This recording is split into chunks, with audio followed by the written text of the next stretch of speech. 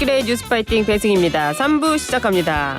윤석열 대통령이 트럼프 미국 대통령 당선인과 첫 전화통화를 가졌습니다. 두 사람은 한미동맹의 중요성을 재확인하고 이른 시일 내에 회동하기로 했는데요. 이와 관련해서 국회 외통위 야당 간사시죠? 김영배 더불어민주당 의원 연결해 이야기 나눠보겠습니다. 안녕하세요.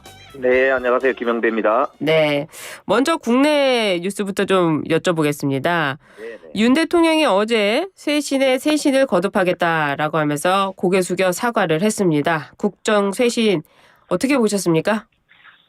어제 기자회견은 한마디로 혹시나 했는데 역시나 네. 였던 것 같아요. 왜죠?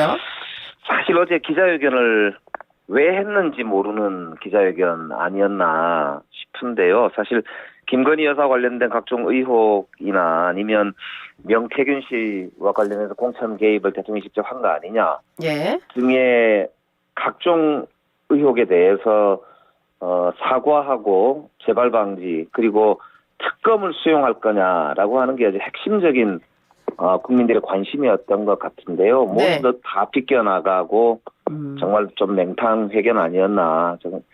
정말 오히려 더 문제가 커진 것 같습니다. 아, 그래요. 윤 대통령은 명태균 씨 관련 의혹에 대해서는 부적절한 일이 없어서 감출 것도 없다 이렇게 밝혔습니다. 또 명태균 씨 본인도 기자회견 직전에 SNS에 사과글을 올렸는데요. 이거 어떻게 보셨어요? 그러니까 어제 보면서 오늘 명태균 씨가 검찰에 출석하잖아요. 예. 이게 전형적으로 수사 가이드라인을 제시를 하고 그런가요? 사실관계를 사실상 이렇게 좀 은폐하면서 명태균 씨가 오늘 검찰 출석해서 조사받은 결과가 결국에는 아무 문제 없었다. 해프닝이다. 이렇게 덮으려고 하는 거 아니냐라고 하는 그런 의심을 자아내기에 충분했는데요. 특히 대통령께서 어제 하신 말씀을 보면 네. 명태균 씨하고 통화했던 내용에 대해서는 정확히 기억나지 않는다. 예. 그리고 전화가 왔었는데 내용도 지금 기억 정확히 안 나고 그냥 언젠지는 모르지만 대통령이 공천에 대해서 이거 해달라 이런 이야기는 할 수 있는 거 아니냐라고 예. 하는 전형적인 진짜 좀 덥꾸라지 같은 느낌. 이거 법을 잘 아는 사람들이 기억나지 않는다. 언젠지는 모르지만 그런 정도는 이야기할 수 있는 거 아니냐. 이게 명품백 때도 많이 나왔던 이야기이고요. 그래서 저는 굉장히 사실 어제 보면서 네. 진솔한 해명과 그걸 기초로 한 진실한 사과 그리고 그걸 기초해서 정말로 특검에 대한 입장도 밝히면서 쇄신의 의지를 밝히는 기대가 완전히 무망한 것이구나. 좀 그런 느낌을 받았습니다. 아마 국민들도 굉장히 실망하셨을 것 같아요. 그래요. 이 김여사 특검법과 관련해서는 사법작용이 아닌 정치선동이다 이렇게 주장을 했습니다. 어떻게 들으셨어요? 그러니까 윤석열 대통령께서 박근혜 국정농단 특검 출신이지 않습니까? 예.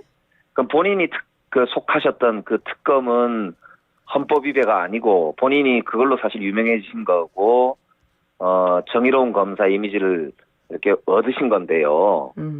이제 와서 본인이 특검의 대상이 될 수 있는 상황이 되니까 그거는 헌법 위배다 이렇게 말씀하시는 거는 전형적인 자기 부정이고 내노란불 아닌가. 그래요. 굉장히 사실은 우리 국민들 그 부분을 어떻게 받아들이시겠습니까? 사실 어제 보면은 국회에서 이제 특검을 이제 결정을 하고 특검 팀을 꾸리는 나라는 없다 이렇게 이제 막 말씀하시면서 헌법 위배다, 삼권 분립 위배다 이렇게 말씀하셨는데요. 예.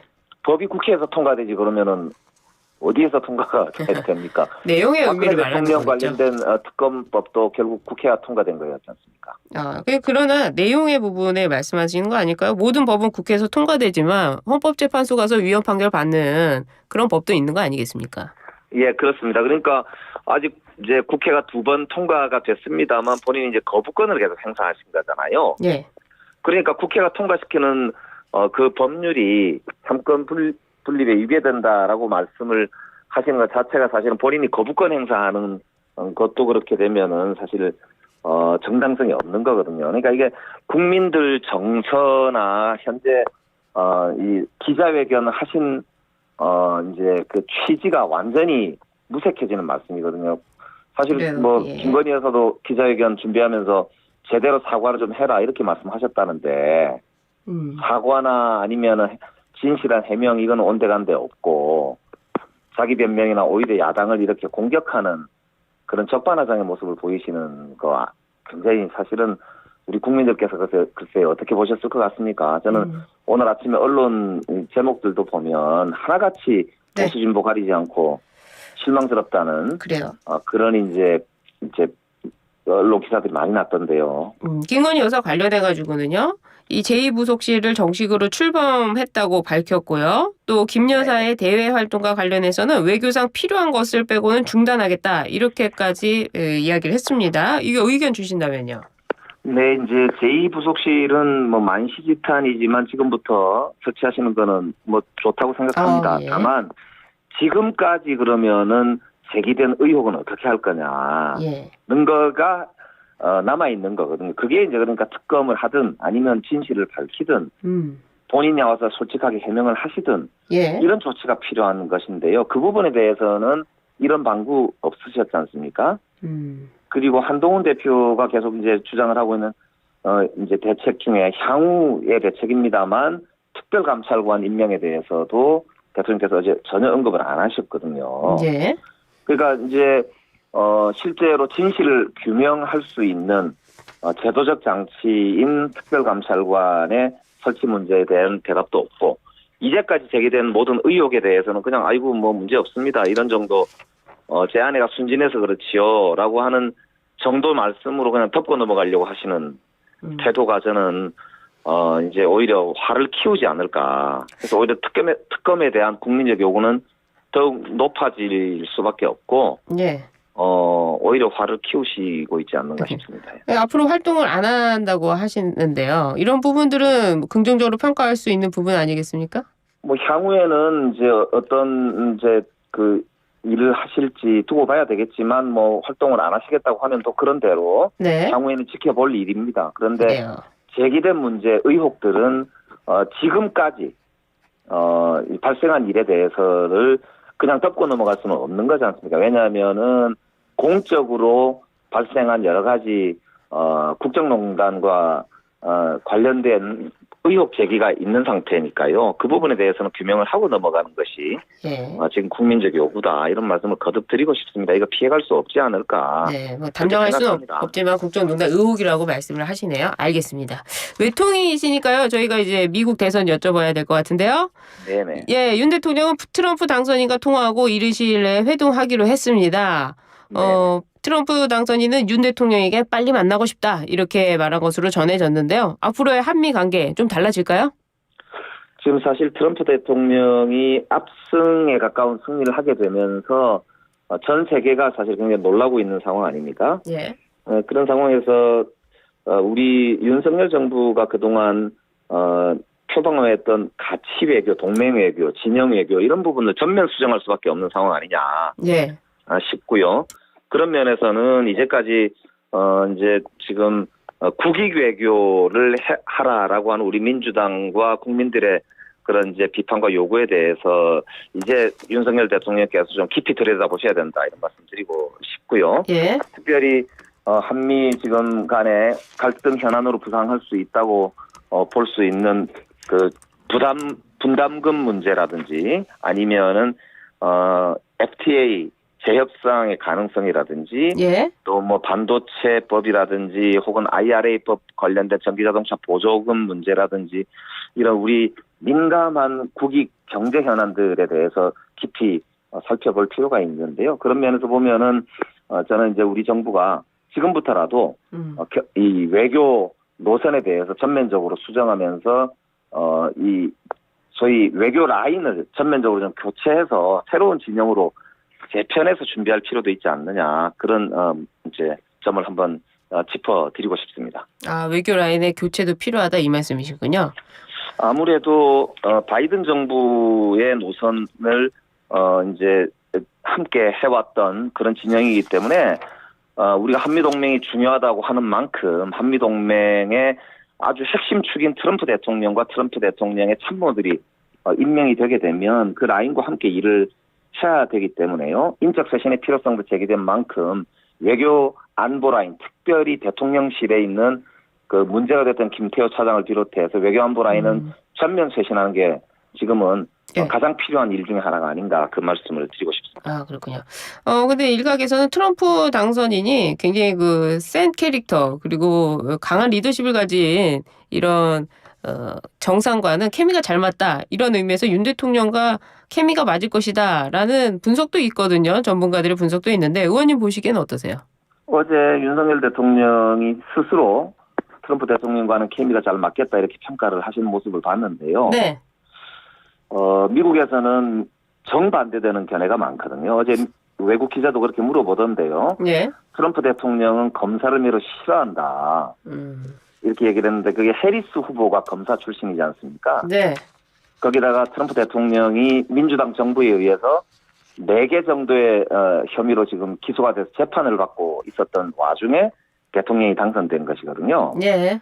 그러니까 트럼프 대통령은 검찰 당국에 의해서 이제 자기가 탄압을 당했다 이런 주장을 계속 해왔던 분이기 때문에 우리 대한민국의 상황이 데자뷰 되는 것 같아요. 우리 이재명 대표도 지금 보면은 뭐 검사 출신 대통령에 의해서 이제 검찰 탄압을 받고 있다 이런 이제 우리 상황이 연출이 되고 있는 상황 아닙니까? 그렇기 때문에 글쎄요, 뭐 잘 모르겠습니다.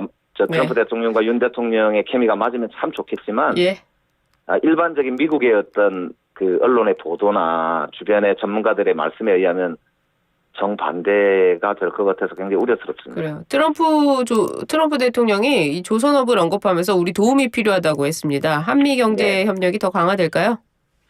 한미 경제의 협력은 무엇보다 중요하다고 생각이 듭니다. 특히 우리가 수출 통상 국가이기 때문에 반도체나 전기자동차 그리고 배터리 등이 이제 미국 현지 투자도 역대 최고급으로 지금 진행이 되고 있기 때문에 무엇보다 윤석열 정부가 핵심으로 먼저 해결해야 될 과제가 바로 통상 경제 이제 협력일 텐데요. 그런 점에서 보면은 트럼프 대통령이 국익을 중심으로 미국의 국익을 중심으로 아메리카 퍼스트 정책을 쓴다고 볼 때 정말 단단한 대비가 필요하지 않을까 싶고 이 경제계와 특별히 야당과도 윤석열 대통령께서 좀 폭넓게 외교 문제는 초당적으로 논의를 해주셔야 된다. 그래야 미국과의 이런 협력 과정에서도 국익을 지킬 수 있는 이제 정말 국정 동력도 생기고 우리 국민적 합의를 통해서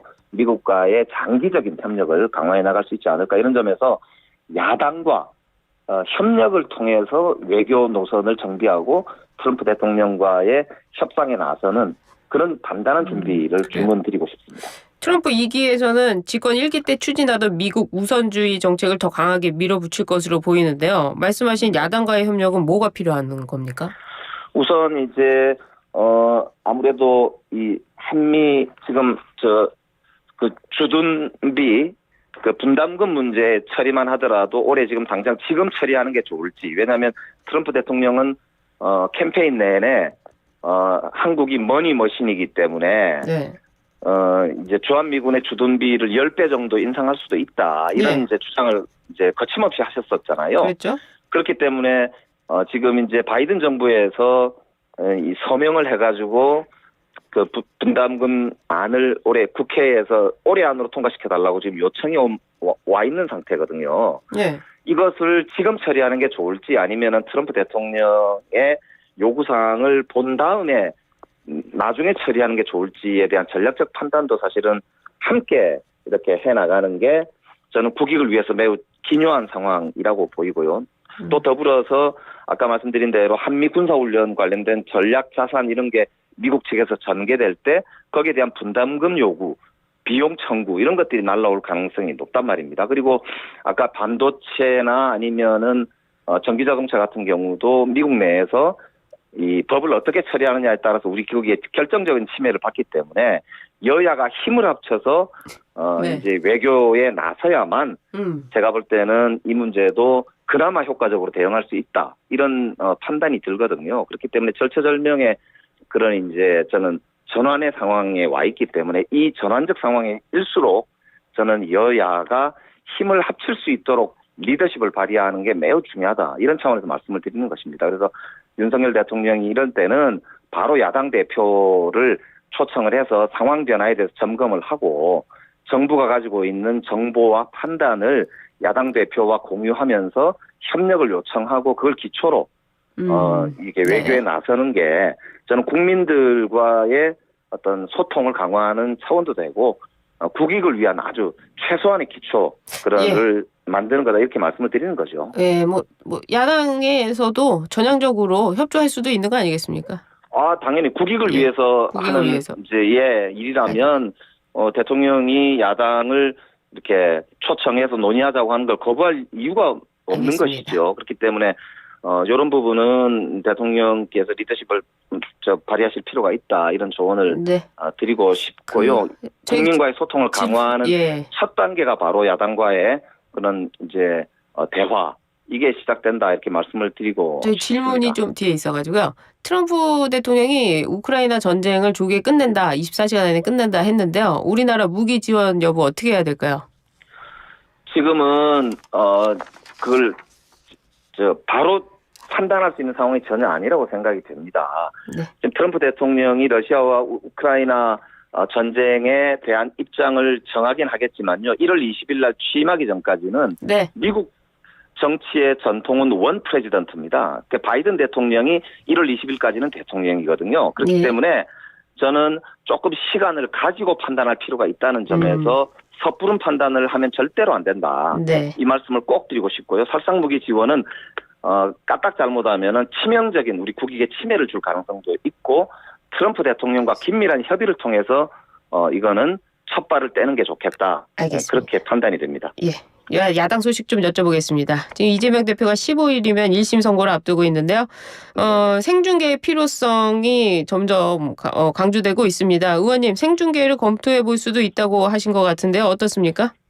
원론적인 제가 이제 답변이었는데 어제 한동훈 대표가 또 이 문제를 거론하는 걸 봤을 때 저는 이 문제가 법무부 장관까지 지내신 분이 사법부를 겁박하려고 하는가라고 하는 그런 이제 우려가 들었거든요. 이게 유죄를 사실상 사법부에 종용하려고 하는 태도 아니냐. 이게 정부 여당이 사법부의 판단에 대해서 이렇게 자꾸 주장을 하는 거는 매우 우려스러운 삼권 분립에 대한 침해 상황이거든요. 이건 그만하셔야 된다. 그렇다면 생중계는 안 하는 게 좋겠다 이 말씀이세요? 이거는 사법부가 판단할 문제이기도 하고요. 사법부를 겁박하는 모양새로 계속 이렇게 양상이 흘러가는 건 매우 우려스러운 상황이다. 이런 말씀을 드리는 거죠. 의원님 입장은 어떻습니까? 무죄가 나온다고 보세요? 저는 무죄라고 확신하지요. 그렇다면 생중계를 하는 것이 더 좋지 않습니까? 그거는 사법부가 이제 판단하실 문제이거든요. 그렇기 때문에 이 문제는 지금 정치적 공방으로 정당이 나서서 이거에 대해서 감나라 배나라 하게 되면 사법부를 겁박하는 결과로 가져올 수밖에 없다. 이런 우려를 말씀을 드리는 것입니다. 그렇군요. 개인적으로는 생중계에 반대하시는 겁니까? 저는 이제 생중계라는 거는 개인적 의견을 지금 이야기하는 게 아까 말씀드린 대로 정치적인 공방으로 지금 계속 흐르고 있단 말입니다. 그러니까 이거 자체가 저는 사법부에 대해서 침해하는 결과를 가져올 수밖에 없는 상황이라는 거죠. 양쪽 다 말하지 말자 이런 말씀이시네요. 네. 알겠습니다. 오늘 말씀 잘 들었습니다. 네, 고맙습니다. 네, 지금까지 김영배 더불어민주당 의원이었습니다. 감사합니다.